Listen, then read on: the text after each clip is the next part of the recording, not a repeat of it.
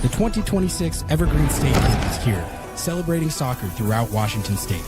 Featuring a bright green base with dark and light blue accents on the shoulders and sleeve cuffs, the kit will be paired with light blue shorts and socks.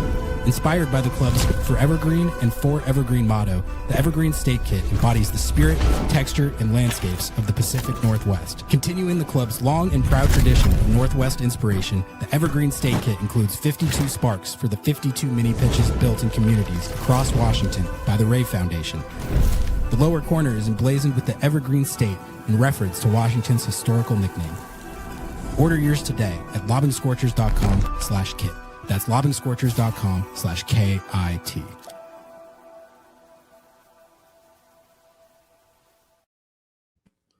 Good evening, everybody, and welcome to your post-game live for Matchday 2. The Seattle Sounders just got bammed on by a bunch of high school students, and the curse of America First Field lives on another year. It's a 2-1 L for Seattle. We're going to be coping. We're going to be rationalizing. We're going to be listening to the Schmetz presser, and we're going to be taking calls. So should be a lot of discourse flowing tonight, Noah, after a 2-1 defeat in Sandy, Utah. I guess, first of all, what's up, man? How are you coping? How are you feeling? Well, one thing you didn't say yet was crashing out. So I want to know from you, is this a cause for crash out? Are you crashing out from this match, or is this one of those where we both came into it like, yep, welcome honestly, to Sandy, Utah, motherfucker? Yeah, honestly, that's what I was going to say. Like any other opponent, if they got bammed on by a bunch of high school students, I would be crashing out. I would be embarrassed. I would be pissed off.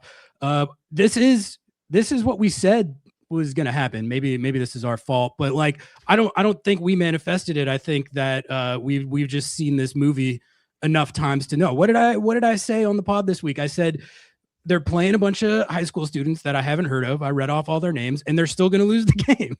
That's exactly what I said, and that's what happened. So I guess as we wait for the Schmetz presser to get underway, we can start talking about what actually happened in the game. And I'll start by saying that I, like an idiot, through the first like 20 minutes, I was thinking to myself, like, all right, I think they can do this. Like, I think that they can actually end this curse.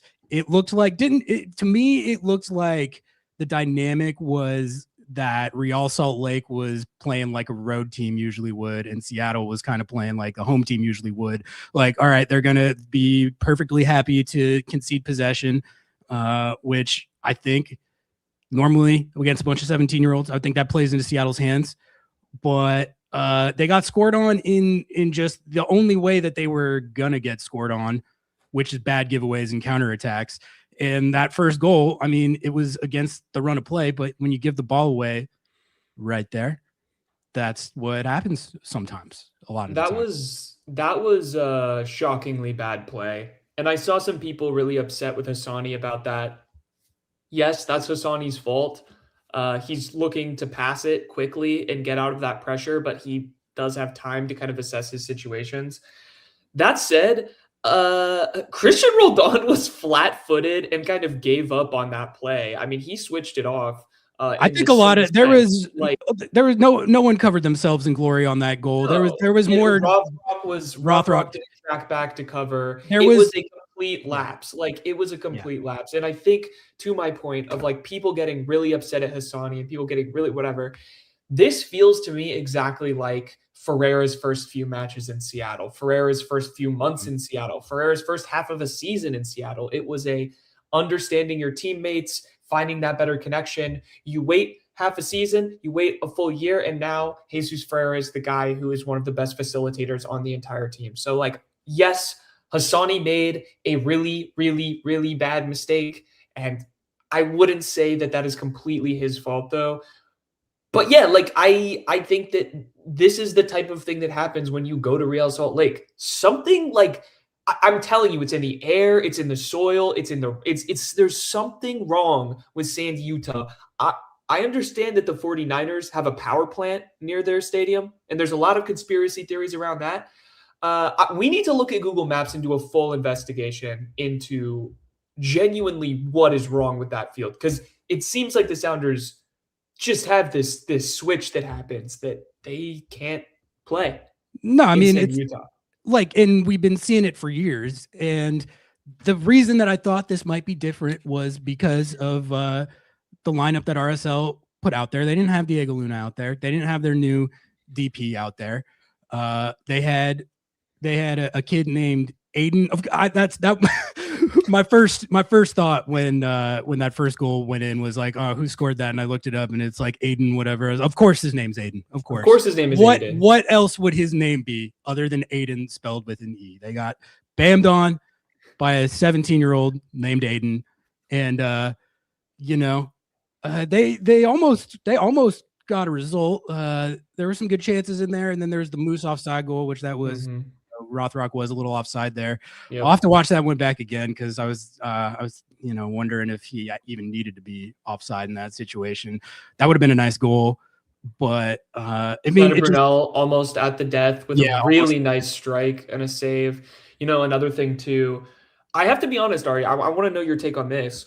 My man of the match for this entire thing, for this entire game, Cabral, Real Salt Lake's goalkeeper. He kept them in this game. This should not have been as close as it was. He absolutely kept them in this game. He was on sicko mode. He smoked his back. I thought he was going to have to go out. I saw that he completely just wrapped his back around the post. I was like, oh, dude, he's cooked. He's 45 years old. But apparently not. Apparently he just decided to become Manuel Neuer. The save that he made on that first one, the set piece, that was an insane save. If they get the goal right there, maybe they get a little more momentum in that first half, and maybe things are different. But yeah, no, he made that save. He made a couple of other really good saves. So I mean, they got everything they needed. They got a goalkeeper standing on his head, and a couple of counterattack goals, one of which was a counterattack that was right in Seattle's penalty box pretty much already, because of where the giveaway was. So yeah. I mean, it's just not surprising. I mean, we literally said that this is what's going to happen. That's why my cope is going to be all right, bad L, but it's the curse of RSL. That's just what it is. They can have anyone out there. They can have Aiden, Braden, Tyler, Kyle. They can have them all out there, and they'll still beat Seattle at America First Field. That's just how it goes. And, I realize that that's cope, but that's all I have right now. That's all you can have. I mean, truly, what do you... Remember, we were also saying, it's going to be just so frustrating to watch. It's just how it always goes. It's how it always goes. I feel like they were closer in this game, ironically enough, than they have been in some of the past ones, where they just get completely played off the field. I feel like that's how it usually goes. This one, the chances were there, and they had them within 2-1 with 30 minutes left. So there was definitely a chance to at least get out of there with a point, which is what I was hoping that they would do at a certain point. Just please, just when I saw the Moose non-goal go in, I was like, all right, thank God, they can just get the hell out of America First Field with a point. But then obviously the flag went up, and that was not to be. So yeah. What are you going to do?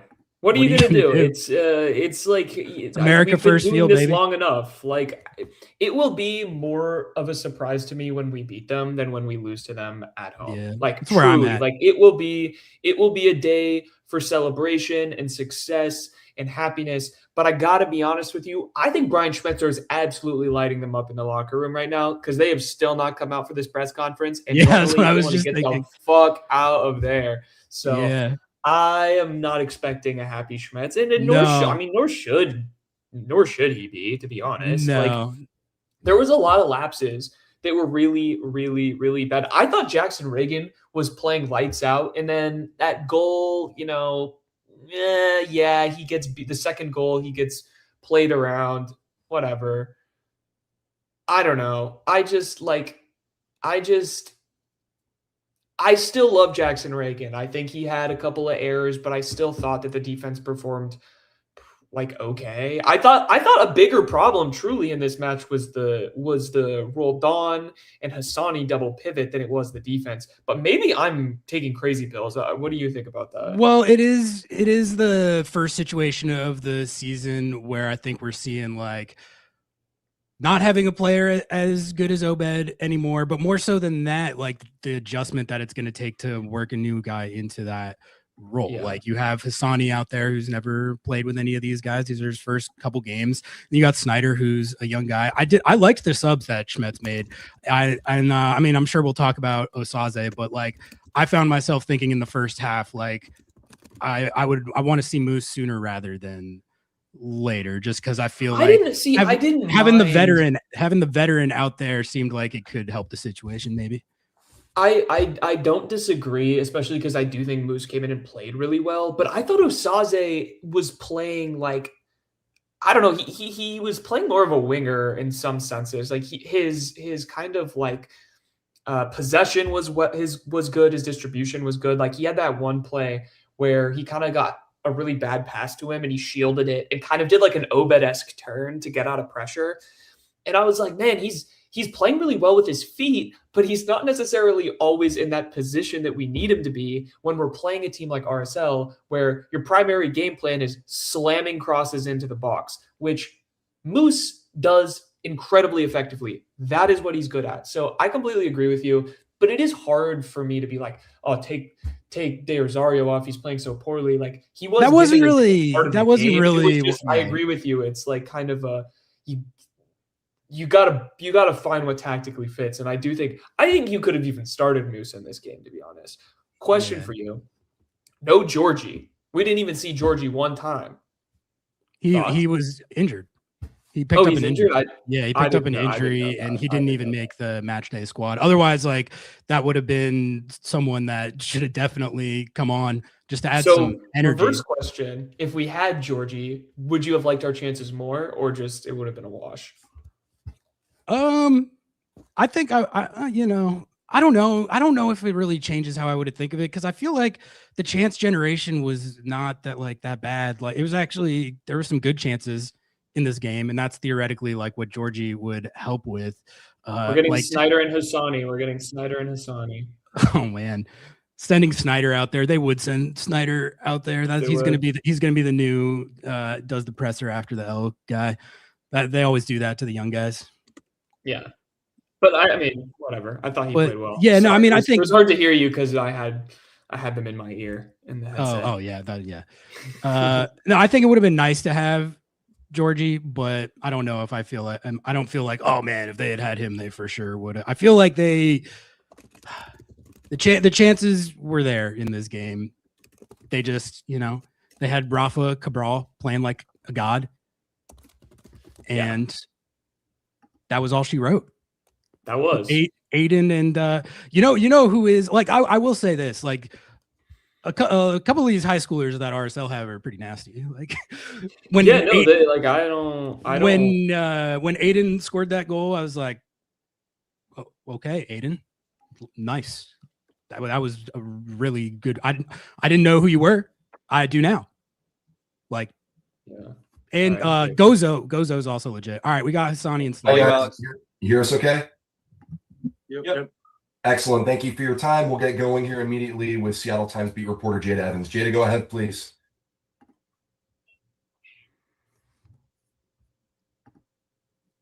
Jada, you got to bring yourself off mute.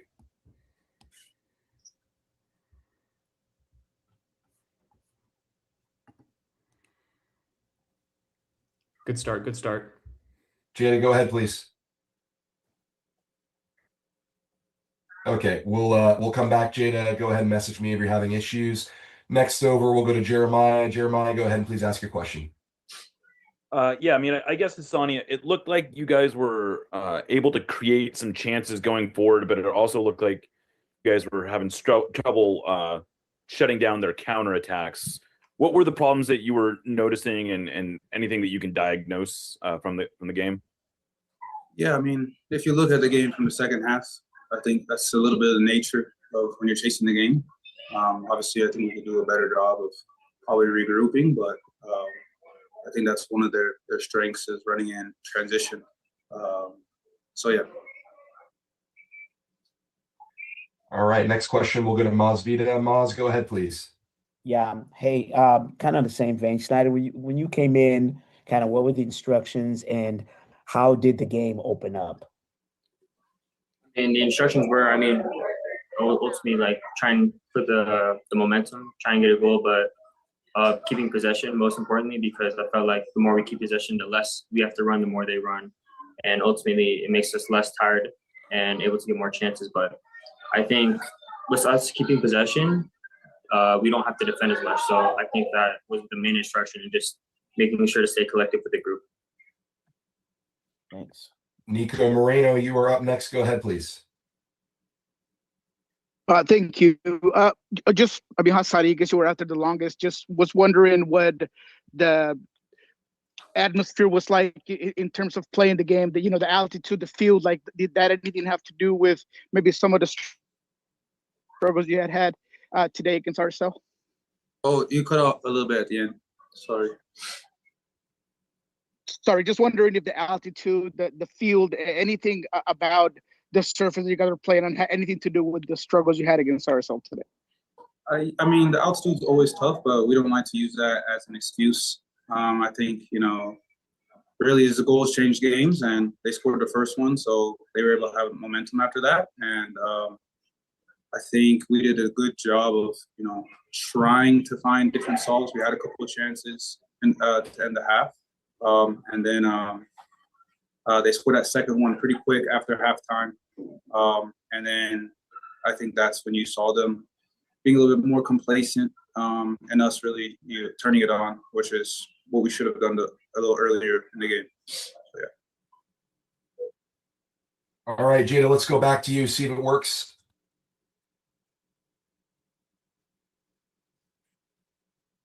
Jada, not hearing anything on my end. I'm going to give it another 5 seconds. If it doesn't work, we'll move on. No worries. Okay, Felipe Makeda, you are up. Go ahead, please. Thank you. Question is for both of you guys. Against Real Salt Lake is a rivalry.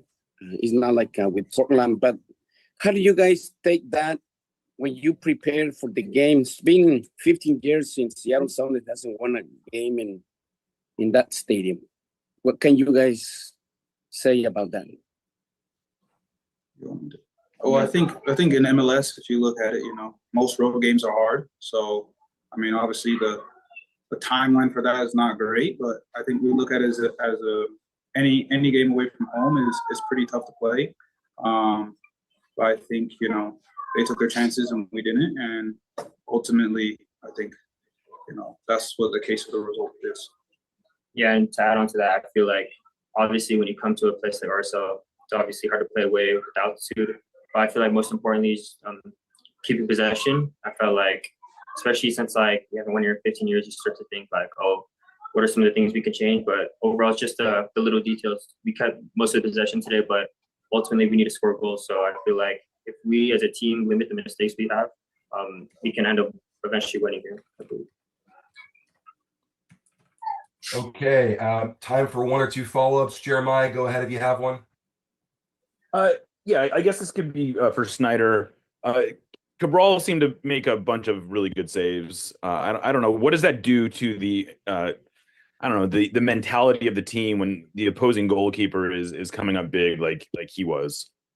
I mean, obviously you could take it one way in terms of we're not scoring, but I felt like the way the team was taking it was we're almost there. We can almost score. We were getting their chances, just it's the final piece that we were missing is just putting the ball in the back of the net. So if that Muxafsi chance, if we're onside, or I placed it a little to the right, but it's just a little details. I felt like it wasn't really the keeper wasn't getting into our head. It was more of can we just make it the final play.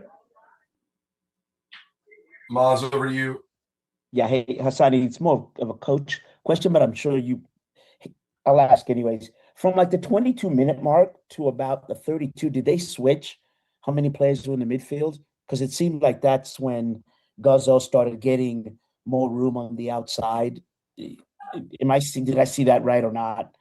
No, I mean, I think he did mainly Gozo did a good job of coming inside and then trying to combine and use his athleticism to, exploit the open spaces. So I think that's what he was doing more in between that period. After a couple times from that, I think we adjusted pretty well. But yeah, that's all I would say on that one. Thanks. Guys, thank you very much for your time. We appreciate it. Safe travels home. Thank you. Thank you. All right, Mia, we'll reset the board here for head coach Brian. I'm very curious to see what the Schmetz demeanor is like right here. I think people were pointing out in chat, but the locker room speech seems like it took a long time, and after an L like that usually does not mean it's a very positive environment. I don't think so. I don't think it's gonna be positive. I don't think it's Brian does not want to lose these games. Like I think he feels it more than anyone. I mean, it's funny that they ask like Snyder Brunel and Sonny Dotson that like the last time they won at RSL, Snyder was like a baby.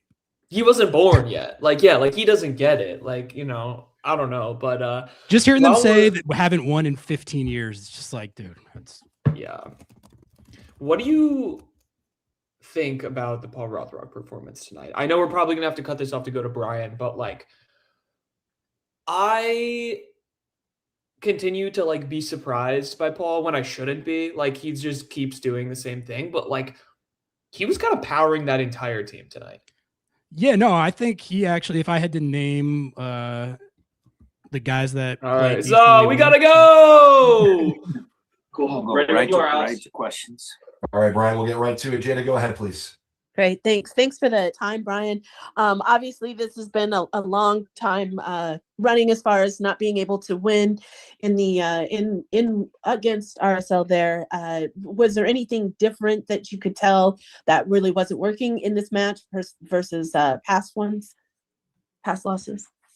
Jada, that's actually a really good question to start us off, because what I mentioned to the team before the game, because Albert, when we asked the players for some input, because we do that sometimes in our team meeting, Albert, when he came here last year, missed a goal, a pretty good chance. He remembers the game here last year, and he said in front of his teammates, when we get our chances, we got to make sure we score. And then on the backside of that, I said, Albert, that's a great comment. We need to, make sure that if you even get one chance away from home, you get one chance, you got to bury it. But I also said, we also have to play to a clean sheet if we want to win on the road in MLS. If you play to a clean sheet, you're guaranteed at least 1 point. And so the common thread was, last year, and look, last year's last year, but Nuhu took a own goal, and then we gave up a goal late. And I just think that we come here, and even though we played much better in years past, Jada, I could say that the 2 goals we gave up tonight were not well-defended sequences. Yeah. And so the defending or the giving a tough opponent at home, giving them the lead is kind of the common thread in our miseries here. They score early goals, they put us behind, we have to press. It gives them a little bit of an advantage. So wasn't real pleased with the 2 goals we gave up, and a little too late. Plus, Albert's words were almost a prophecy, because I don't know how the goalkeeper made that one save when Albert headed it, or the first chance that Paul had, and then towards the end of the game, Asaski and Snyder, and the goalkeeper came up and made some big saves, or was it we just didn't finish our chances? You guys can debate that. In talking a little bit about them with the defense, can you talk a little bit about Gazo, I believe is the name, or how you pronounce his name? He seemed like he seemed like he kind of wreaked havoc for you in the midfield. Well, on the first goal, certainly he wiggled around three of our guys, which shouldn't happen. And then that put us under pressure. Hassani gives the ball away. They keep us pinned back. They score the first goal. The guy took it well. Second half, running in behind, he was effective. But, he's a talented player, U20 player. But again, he was one small part of it. I think this one, Jada, I pin it down to us shooting ourselves in the foot because we're a better defensive team than those two goals that we gave up. All right, next question. We'll go over to Jeremiah. Shane, Jeremiah, go for it. You sort of alluded to this, but it seemed like offensively you created chances. I think you can say Cabral played well more than you guys didn't take your chances, but I got to imagine that the defensive parts of it are really what would bug you. And I am curious what you think, happened. It seemed like they were getting a lot of space on the counter, especially early on when you guys were seemingly, having the ball a lot more. Well, the first 23 minutes or whatever it was before they scored, or before they scored, did they have a couple chances that knew who had to come and slide and block, and Jackson had a great slide and block? Yes, Jeremiah, I agree with that. That again was, to me, poor defending higher up the field. And again, that first goal, he can't wiggle around three of our guys and put us under pressure. So is that a transition moment, or is that just a kid making a play? And then when they're 1-0 up and we come out of halftime, and, I got to hold my hand up there. Coming out of halftime, I said, look, we're going to press higher up the field. And sure enough, we go, and Paul's a little late to press the center back, the right-sided center back, and he dumps a ball in behind, and, knew who gets beat. And it's Jackson's job as a center back to come over and cover.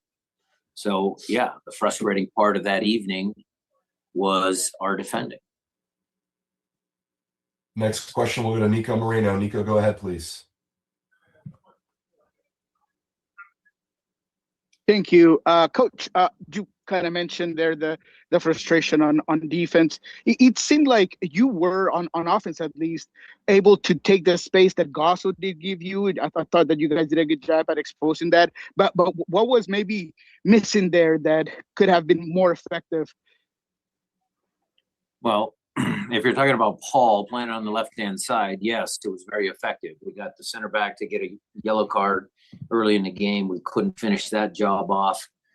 Paul, when he gets down to the end line, and I can say this, but at the same time, the assist he gets to Masowski, if you're talking about, the small margins that we have in our league, their guy gets in behind. Jackson's a half a step behind.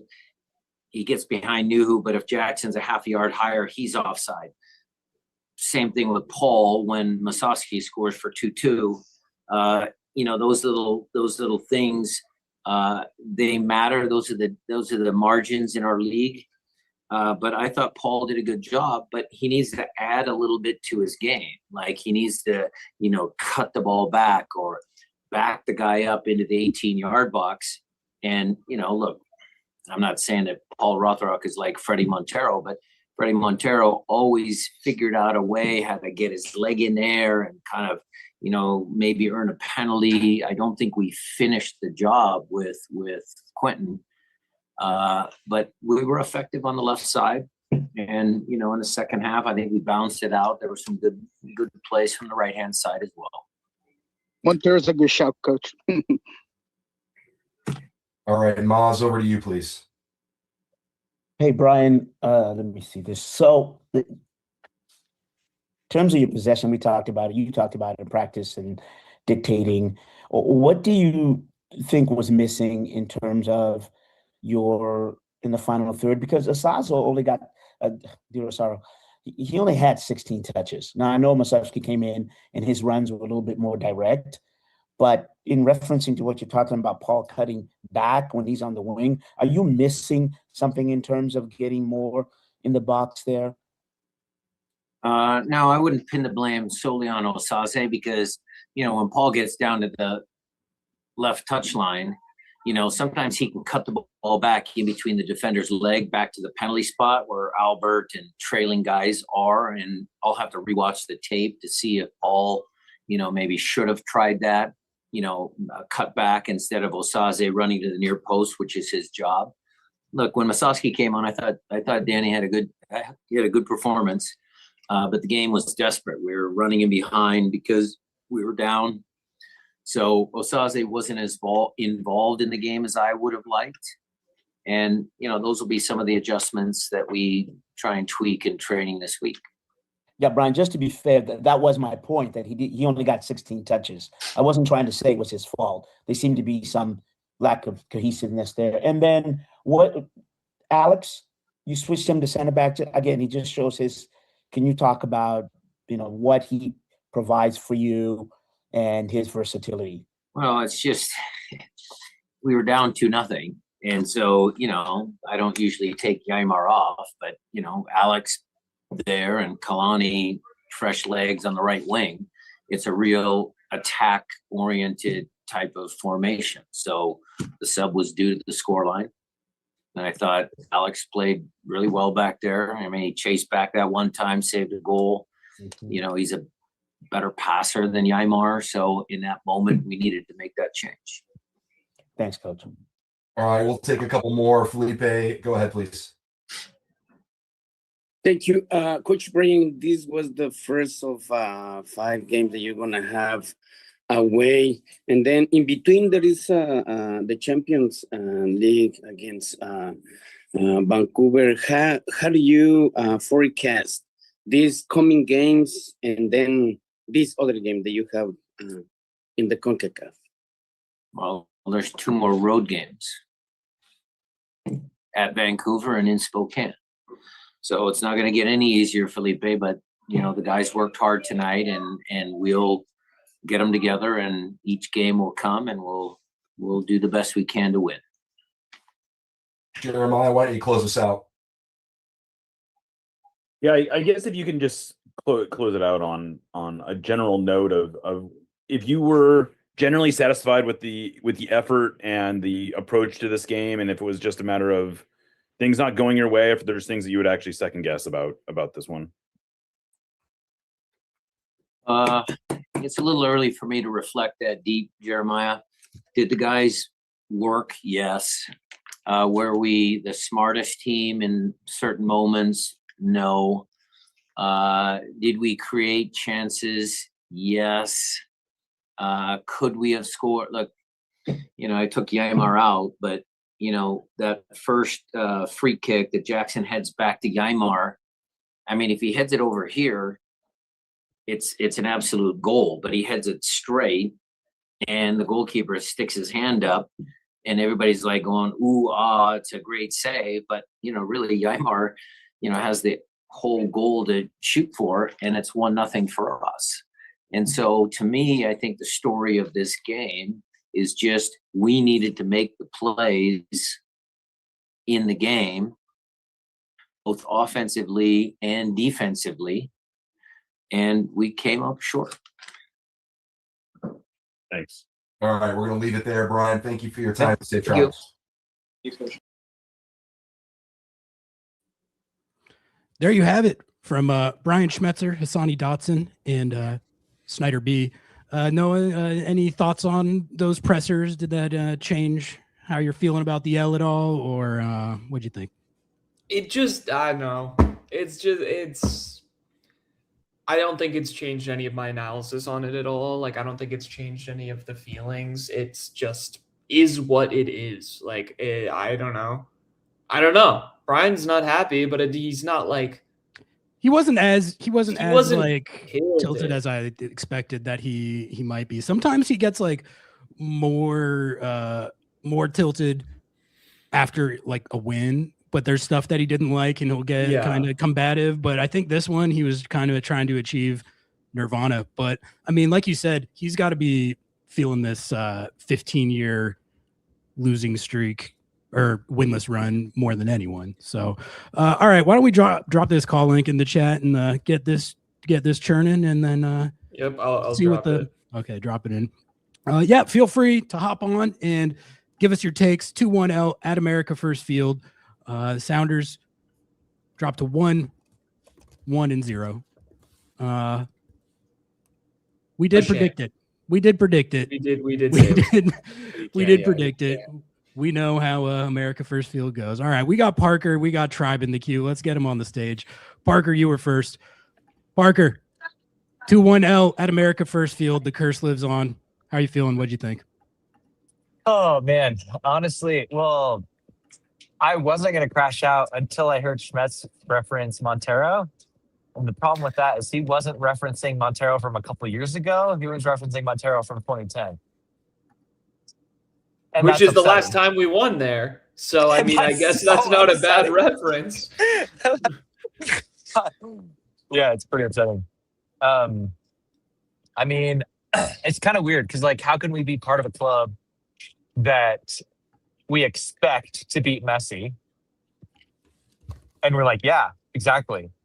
And then we come here and, like, the emotions that I have after this game are like, I'm disappointed. It's like a child that you're like, oh, I knew that was gonna happen. MLS is funny like that, isn't it? Like the same team that took down Messi in the Leagues Cup final just got absolutely bammed on by a 17-year-old named Aiden. Right. Only league in the world. Yeah, but like if you watch that game, it doesn't feel like the Sounders got outplayed or played off the field in any sense. It was really just like a goalkeeper has a great game. You're playing an away game in a tough spot. Like that's just what it felt like. What it reminds me of is like recently Atletico beat Barca like 4-0 and then went and lost 2 in a row to like the worst possible teams in La Liga. Like it's just this is an MLS game that you just don't expect to win. I thought that it might be different though. I did because of the lineup. But I said that it wasn't going to be different. But like in my head, I was like, this could, like I think I said if they're ever going to do it, this is where they would do it. Now we know you did. I was listening to your show. You did say this is the time. And I actually posted that I felt in my bones that this is the night we're going to win. And then everything went wrong. Yeah. My truck even broke down on my way here. Oh, no. Like I drove from behind. No. But we're good. I made it like the last 10 minutes of the game. So like. I didn't listen. Hey, I was gonna go and then I didn't. So I literally like had tickets and stuff, and then I didn't. Yeah, so it was like, I don't. They let me in for free. That's a bonus. The security was like, "There's 10 minutes. You're fine." I'm like, "Cool." Hey, there you go. That's that Utah hospitality. Yeah. So I did want to touch on that briefly, because you guys were opining like, what is it about the stadium, like how close is it to the Mormon temple or whatever? And I assure you, God has nothing to do with our winless streak in Salt Lake. I'm like a huge believer in higher power, and like God has nothing to do with our winless streak here. Do you have any theories on what it is? Yes, I do. This is getting a little inside baseball, but Utah has like this counterculture where like Utah was settled by a particular religion, and then like everyone who is not part of that religion, that's their identity.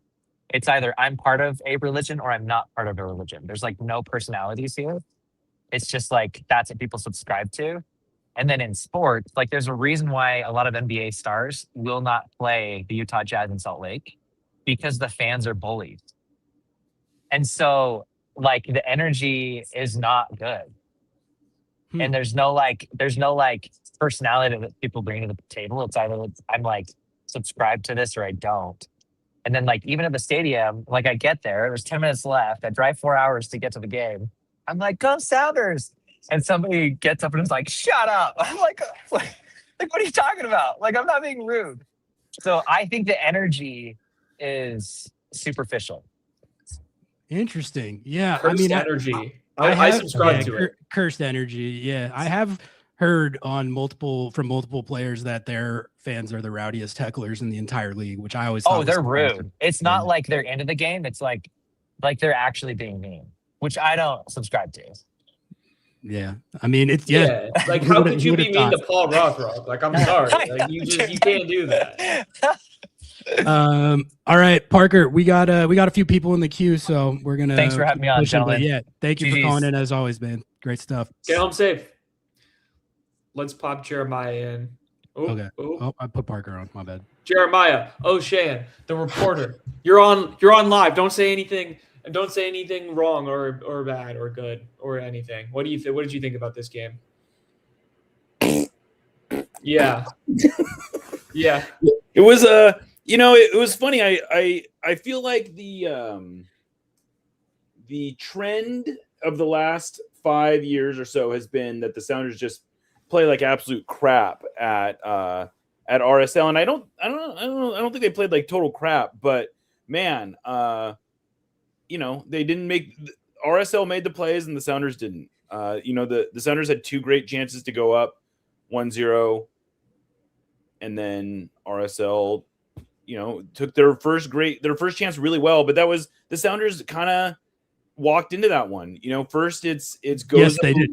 Skating through the defense, and then Hassani Dotson can't clear the chance, and look, that was a well taken shot. It's not, but he's also wide open.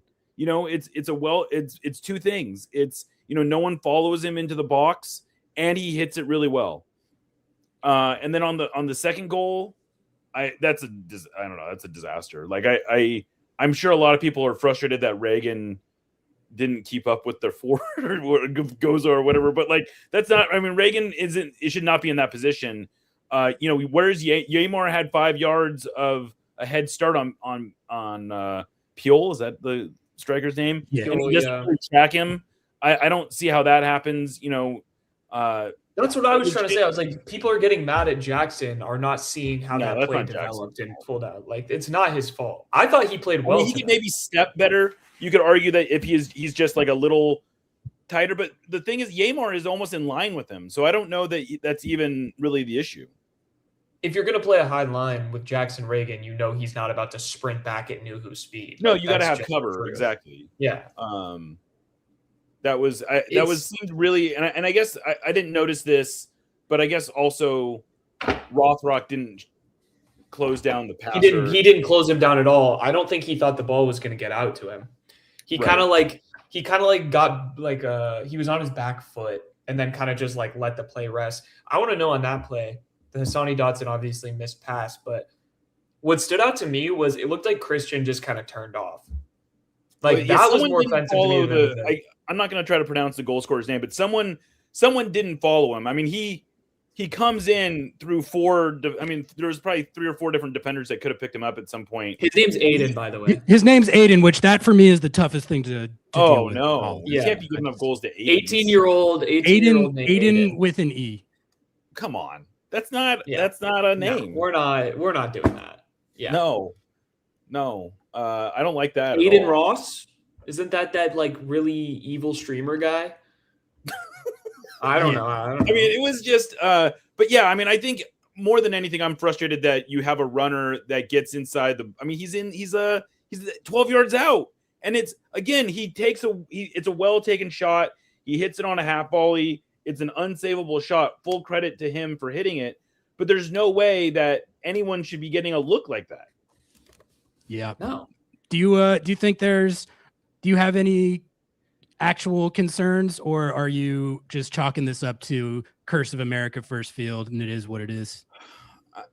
I mean, I think I would be more frustrated if they didn't create, like, anytime they create as many chances as they created, I sort of,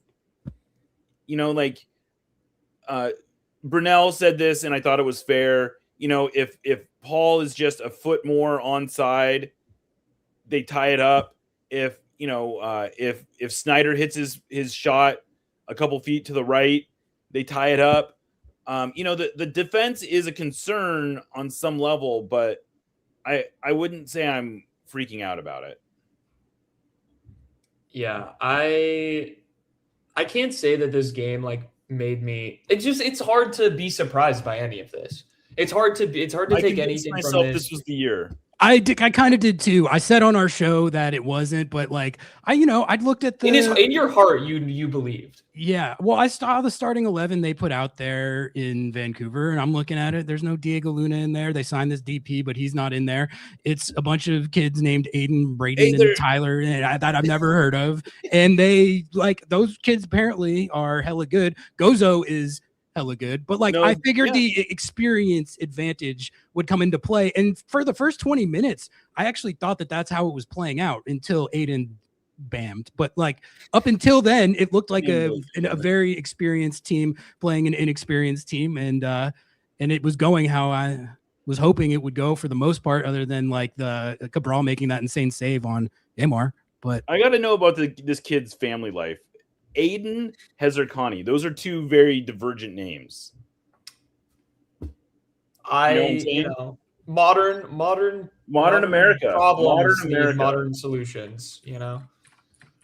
That is America in a nutshell. It's like I'm going to name my kid Braden with a Y and an I, but also we are going to have the most Slavic last name you've ever seen. Right, There's like a Z and a Y in it as well. I love America for that reason, personally. I agree. Like Ari Lillienwall. It's a great name. It's a good name. Americans have good names. Like we really do. We really. If it was like Aiden Joe or Aiden Smith or something, it'd be like, come on. But like he's kind of got the sauce. I don't know. Yeah. Hey. But yeah, I don't have much to add. I don't know what you can talk about for an hour, but that's what I got. That's our job, Jeremiah. Yeah. We're gonna. I don't even know what we're to write about. This is the perfect response to this game.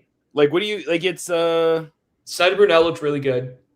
Snyder did look good. Snyder looked good. I was encouraged by Danny Musovsky that he got himself into some good spots. Rothrock was good. He does make good runs. It was sort of a reminder of. I don't think Osaze was bad, but I think he played a different role than what we needed. Musovsky is better at putting himself he doesn't do as much in a sense, but he also just makes such good runs. I mean, granted, it was a game state a little bit, but I was reminded that Danny Musovsky is a danger. He just is always putting himself in dangerous spots, and that's a real skill. Couldn't agree more. Well, we'll let you go and write. Thank you for calling in. Get writing. Yeah, get back to the pen and paper. Yeah. All right. Thanks for tapping, Jay. Bye, Jeremiah. All right, we got a few more people in the queue here. We got Tribe, we got CW Bar, we got Caleb. Oh, let's go. I'm ready for the Caleb call, dude. And then we got Jordan, but let's get Tribe in here. Tribe, what's up? 2-1L at Real Salt Lake, bammed on by a 17-year-old named Aiden. What do you think? How you feeling? We have reverted back to fucking high school soccer. I swear, we have. We're forced to play wide. We're like Declan Rice. We're like a fucking crab in the moonlight. We play wide in the final third. We can't play direct because they have like 4 fucking dudes there. We can't do anything. We're like it's so frustrating. We're the better team and we lose. The last time we won there in the regular season, I didn't even know I was alive. I legitimately wasn't aware that I was alive.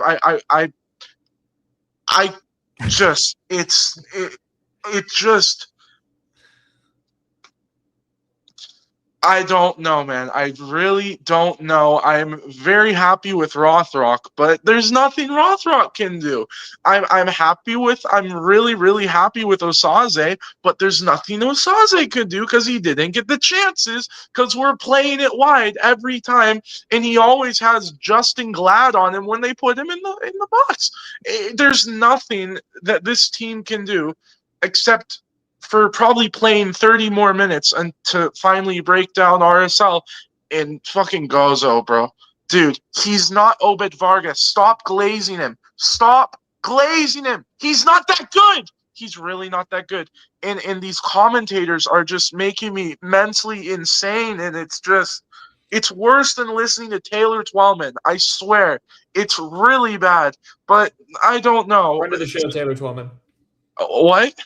Friend of the show, Taylor Twellman.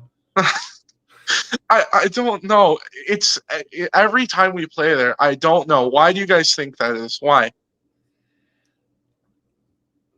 I literally am saying this. Like, this was my plan, was to go out there and investigate around the stadium, look and see if like there was some sort of power substation type situation happening, which like, again, I kind of believe there's something going on nefarious. Since 2011, you can't get a win there. Real Salt Lake is not good. They're not a good team. They've never been a good team. And they're like competent. They're fine, but they're not. No, 15 years. They're not. They're not good. They're not a team that I'd be like, oh hell yeah, I'm scared of. No, they're not. No. They're not the type of team that a 15-year winless run makes any sense at all. No. That's 15-year winless. Like, they should hang a banner for that, because that's the only banner they're going to hang in the next 10 years anyway. Like, I don't know what to tell you. Like, 15... what do you guys? Yeah, no, it's bad. What do you think of this, Cope? What do you think of this, Cope? Since we already know how these RSL away games are going to go, and you basically just write in the L before the season. Better to just get this out of the way early, like second game of the year, rip the Band-Aid off, just put the RSL L in there, and then just keep it pushing. Yeah. No, I don't mind that. I had the graphic ready to post already for a loss. I already did before the game began. I never thought we were going to win. I didn't think we were going to lose. I never thought we were going to lose. I thought we were going to draw. I knew we wouldn't win. There's no way we win there ever again. Chat, just cope. It's not happening. It's never going to happen again. We're going to go there and maybe get a point, and that's an amazing result. Some crazy shit is happening there, and I want to tear that stadium down to the ground. Get it out of there, right? It needs to go. It needs to just be torn down. I don't understand. I like to be honest here. I'm a man of stats, but when I'm on here, I like to show emotions, because this is emotionally destroying. There's no stat that you can come up with for these kind of results, because we were statistically the better team by quite a bit every single time almost that we play there, and we still lose every single time. I just don't understand. But the last thing I want to talk about before I go, Rothrock, man. I'm as the conductors of the Rothrock train, may I please get a ticket? Absolutely, yeah. Rothrock train's open for everyone. That's I would love to hop on. No, I would love to. Listen, this is an equal opportunity hop on. Okay, we don't care what you said in the past. We don't care what you say in the future. We'll get you to your destination on the X-Dog train. I'll tell you that much. MLS Cup final is a destination, isn't it? It's a destination. He already won one trophy for you. Why not bring home a star? Because that's what he said he wants. Absolutely. All right, I have to go, but terrible loss, amazing stream, terrible emotions. I love you guys. Appreciate you, Tribe. Have a good one. Cheers. Love you, brother. All right, we got CW Bar, Jordan, and then Caleb.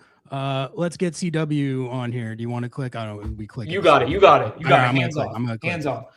CWB. Thanks for tapping in. 2-1 L at America First Field. Bammed on by Aiden. Tribe's tough to follow every time, man. He's an entertainer. What can you say? He is, yeah. First, goalies. I got a list of goalies I hate to play. Until today, it was Berkey and Takeoka. Cabral has made the list. Dude balls when we play that guy. Yeah. Hate playing him. Those three guys have lifetime performances when we play them, and I friggin' hate it. Can't take it. Hate playing them. Don't want to ever play them again. Second point. This is tactics, man. You look at the subs we made, the energy we played with, started at minute 60. This is on Schmetz. We put guys in, attack minded.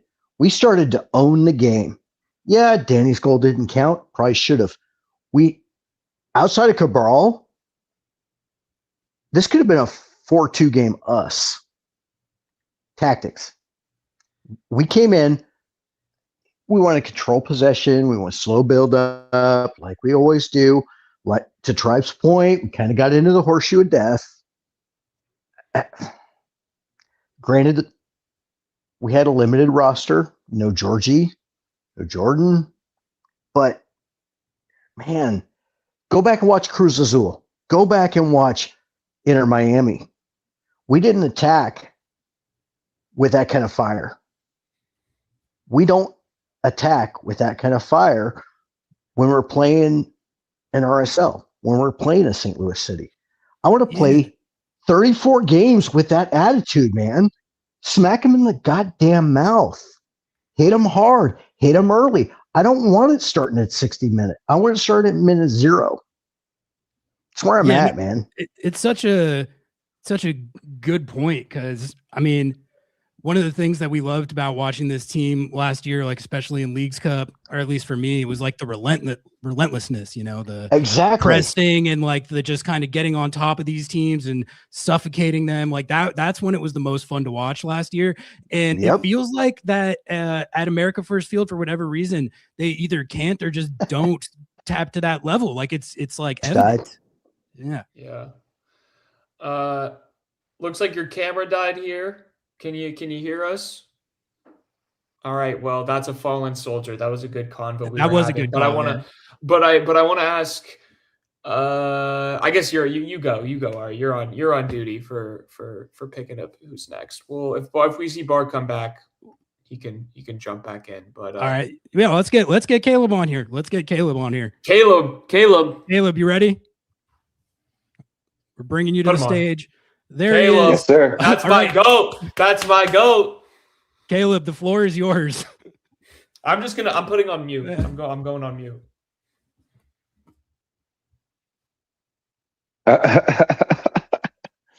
Hey guys. Yeah, I just got home from the game. I just have to, like, you know, I'm really just in a whole bunch of emotions because, to be like I tell people, again, I'm going to say this, Sounders fans, you are so freaking disgusting in how you're standard and how you are selective asses. If you want to talk about fuck ice and want to talk about actually politics, then why don't you actually bring up this stat of losing to Salt Lake and stop doing it like gun control? Because that's exactly how y'all act like bitch McConnell in the Senate when it comes to the Sounders Senate. With this problem.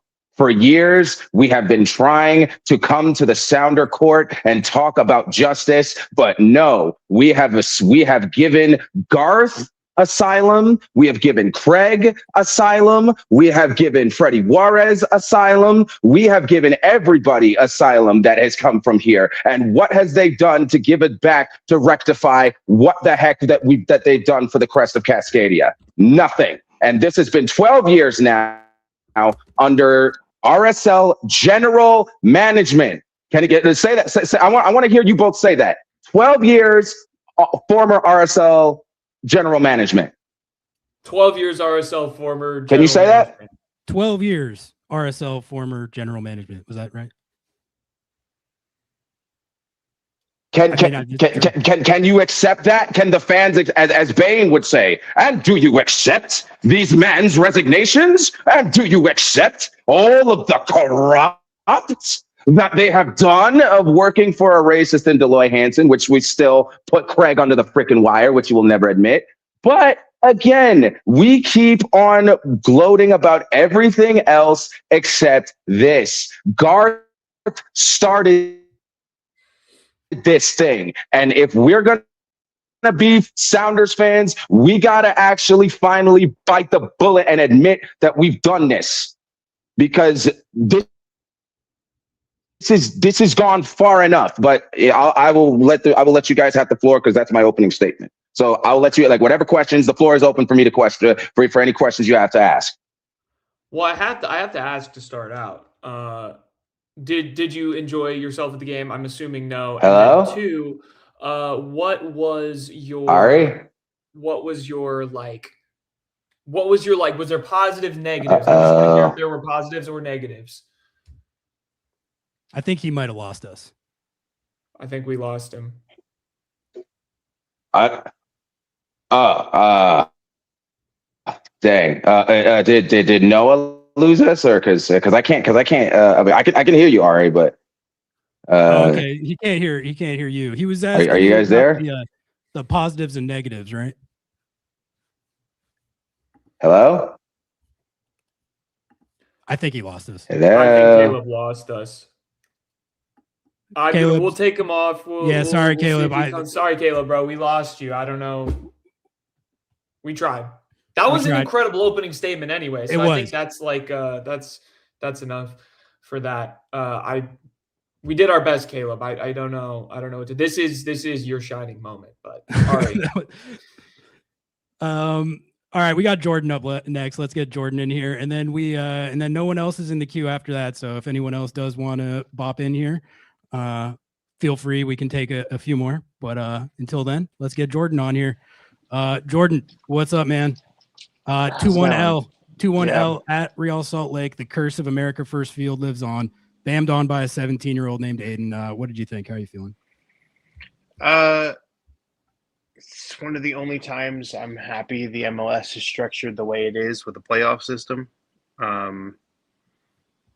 That's kind of how I'm coping. Like, wins and losses don't really matter much until like July, August, like, you know, top 4, top 9, whatever, just make the playoffs kind of thing.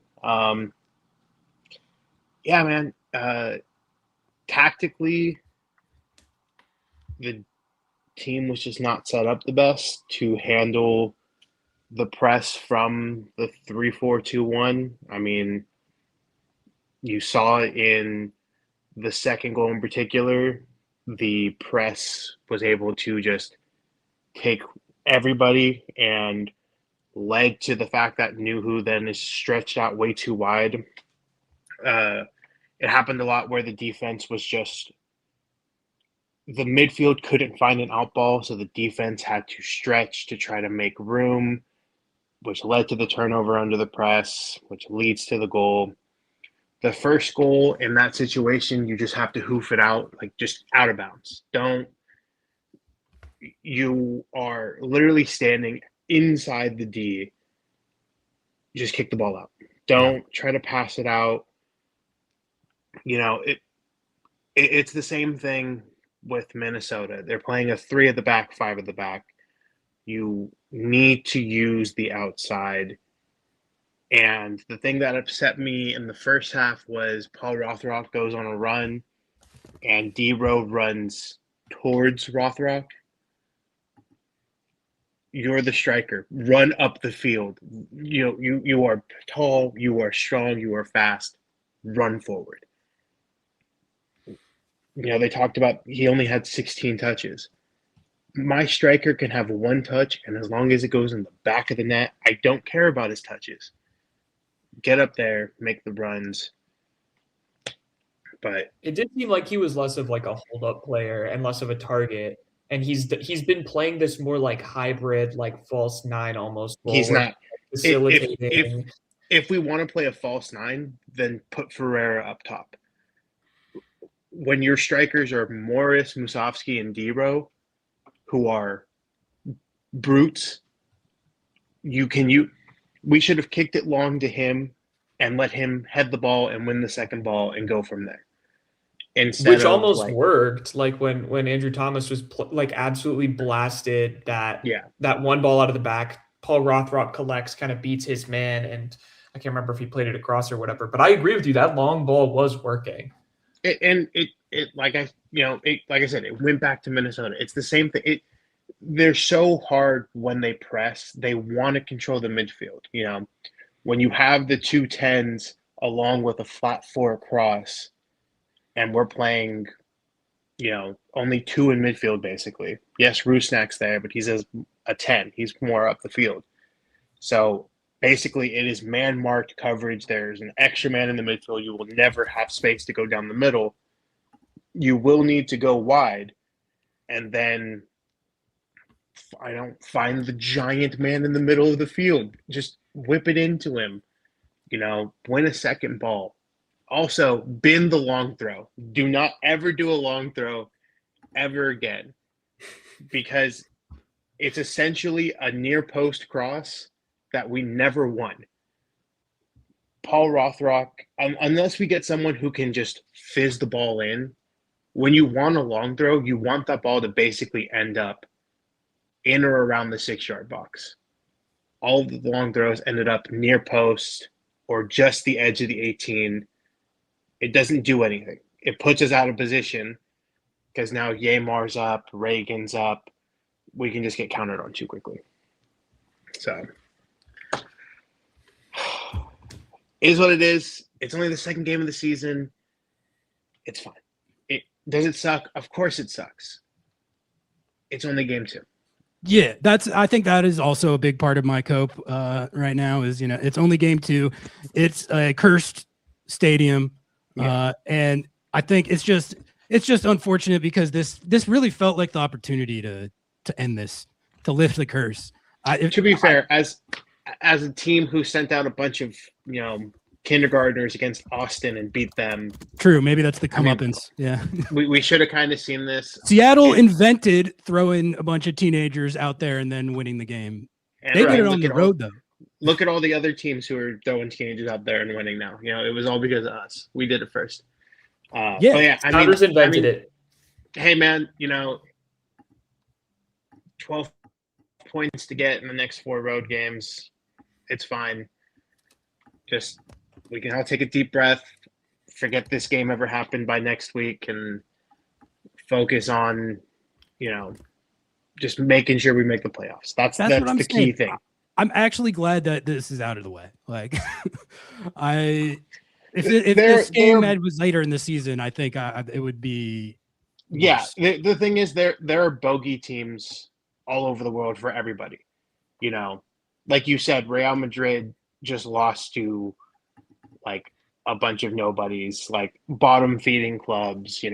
Wolves just got a 2-0 win against Aston Villa yesterday. Like there are bogey clubs all around the world.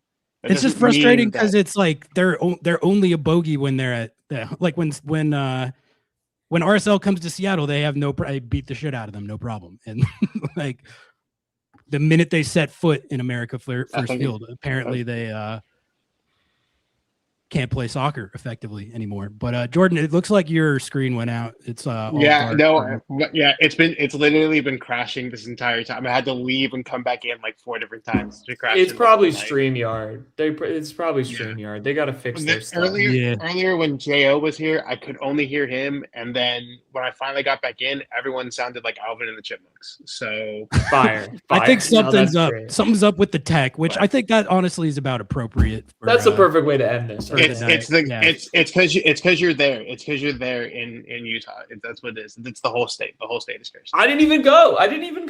I'm here. Oh, you're not there? It's because you mentally were going to be there. That's what it is. Exactly. I even thought about it. Yeah. Well, Jordan, thanks for calling in, boss. We appreciate you, and we'll talk to you soon.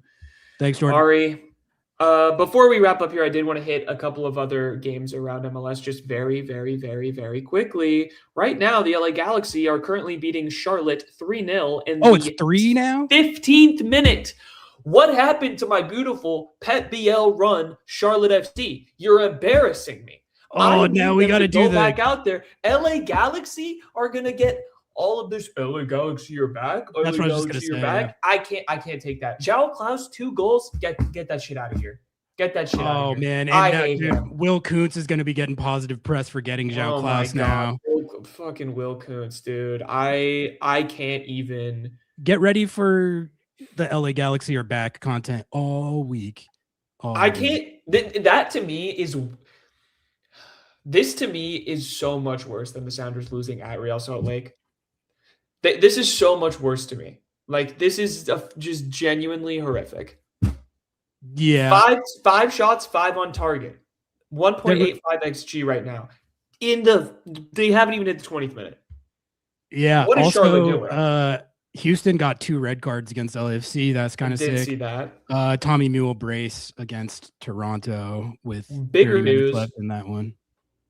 The game that I said that I wanted to put on our most watchable, Sporting Kansas City versus Columbus, went to a 2-2 draw. It was a watchable game. We didn't end up putting it on there, but like that was my shout, and that was a watchable game for sure. I just think that it's hilarious that Joveljic had 2 for the worst team, one of the worst teams in the league. Columbus Crew are pretty fraudulent though. They're winless. They're lost kind to of Timbers. they're looking a little rough.